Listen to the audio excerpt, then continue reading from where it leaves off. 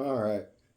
So today's concepts with Kimbler, I want to talk about calf kicks, or more specifically, I guess leg kicks, or less specifically even. It's just my opinion on them. You can take it with a grain of salt or whatever you want to do. So, in striking in general, kicks that come around typically to the leg, I'd take out like the oblique kick from this conversation. That kick John Jones does to straighten out the knee or hyperextend the knee. That's straight on, so I don't include that in this conversation. It's kind of the round kicks to the lower legs, and what you'll see in a lot of training is people really turning up on these kicks, and you'll see it in fights too. Obviously, people really snap that leg kick. You can hear it as a fan. You can hear it when you're watching it live at the event or on TV. Like it's definitely a distinct sound, and it's clearly painful. If you think about that, think about professional wrestling for a minute. Something they also do that's very similar in professional wrestling is one of the guys will get the other in the corner and they'll just, I don't know what they call it, maybe open hand chop, I think. Maybe like it's just like a bear slap to their chest. Sometimes they'll backhand it. You can see the wells or it gets red, it slaps. It's painful, even though it's scripted. They're able to do that because that's not going to inebriate their ability to perform throughout the rest of the wrestling match, even though it's scripted. They can go through that pain. That's sort of how I feel about calf and leg kicks, just in general when they land. There's also the factoring in of once you're at an equal playing field, you have the blocks and the checks, and also the closing of the range, like knowing to lift your leg and not to back up on the kick. Either eat the kick and come forward right after, so they quit throwing it. Close the range, as in you get in before they can throw the kick, and there's no reasons to throw the kick because it can't be thrown. You're too close and constantly using hands. The only times I really feel like it works effectively is, maybe at an amateur level, or at any level, at a professional level too, when there's a major gap in talent or confidence.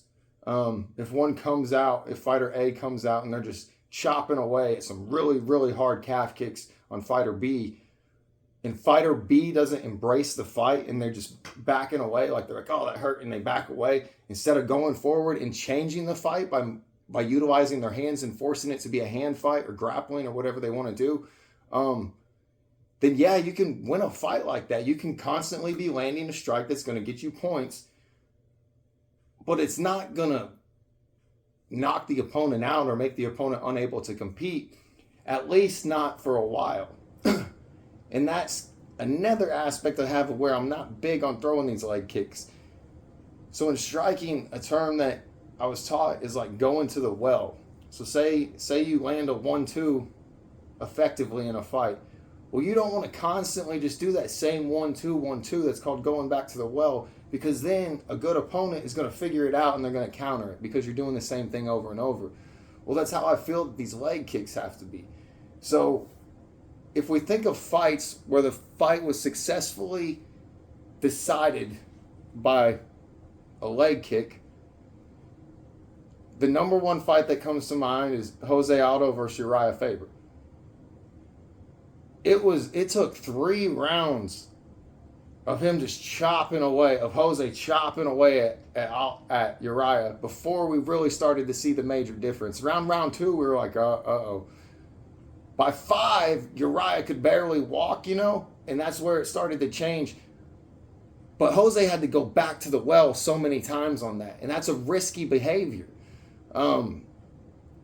And that was also early on in throwing the calf kick. So the defenses weren't as good as what they are now.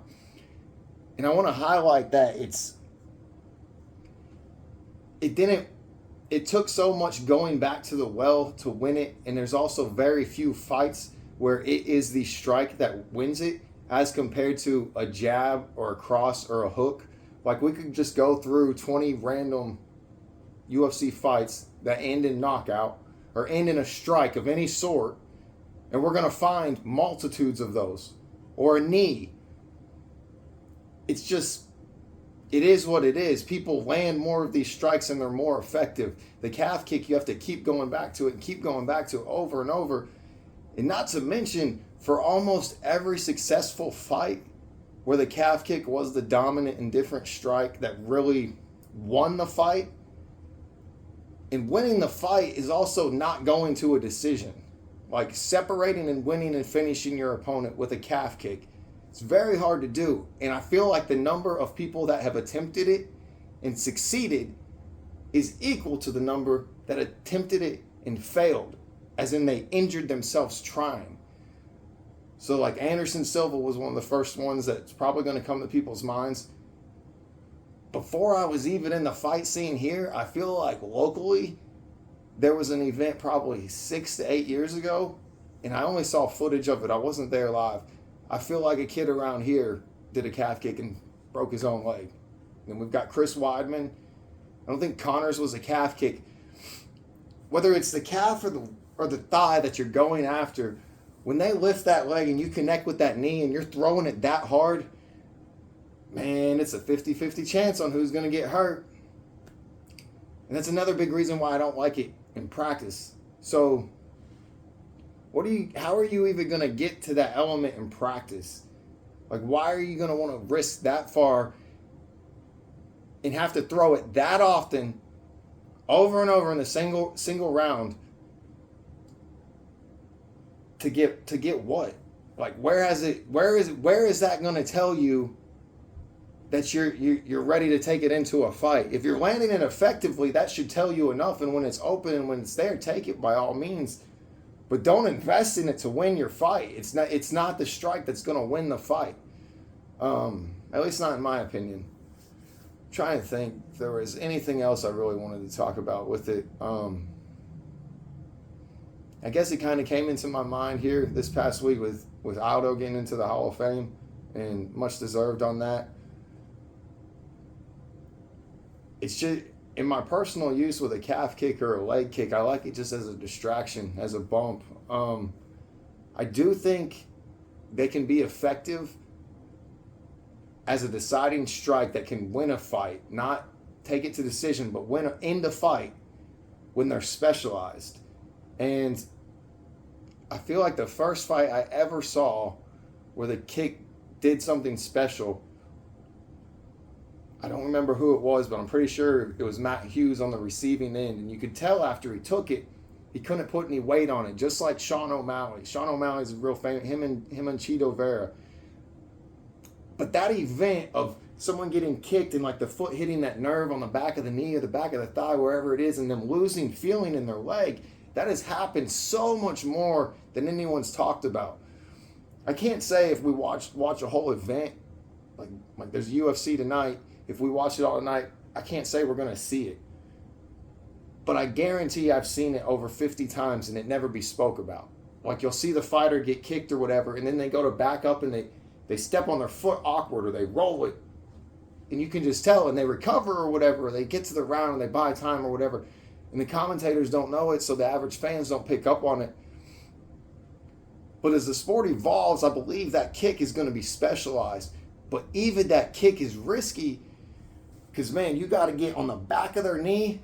I guess it'd be easier to see this without my ice cold Mountain Dew. You got to get on the back of their knee with your foot. So if they turn this out, you have the worst possible strike. So you can land the best possible strike and the worst possible strike with inches different. It just doesn't seem like what I'd want to invest in. Those are my thoughts. That's Concept with Kimbler. Let me know what you think.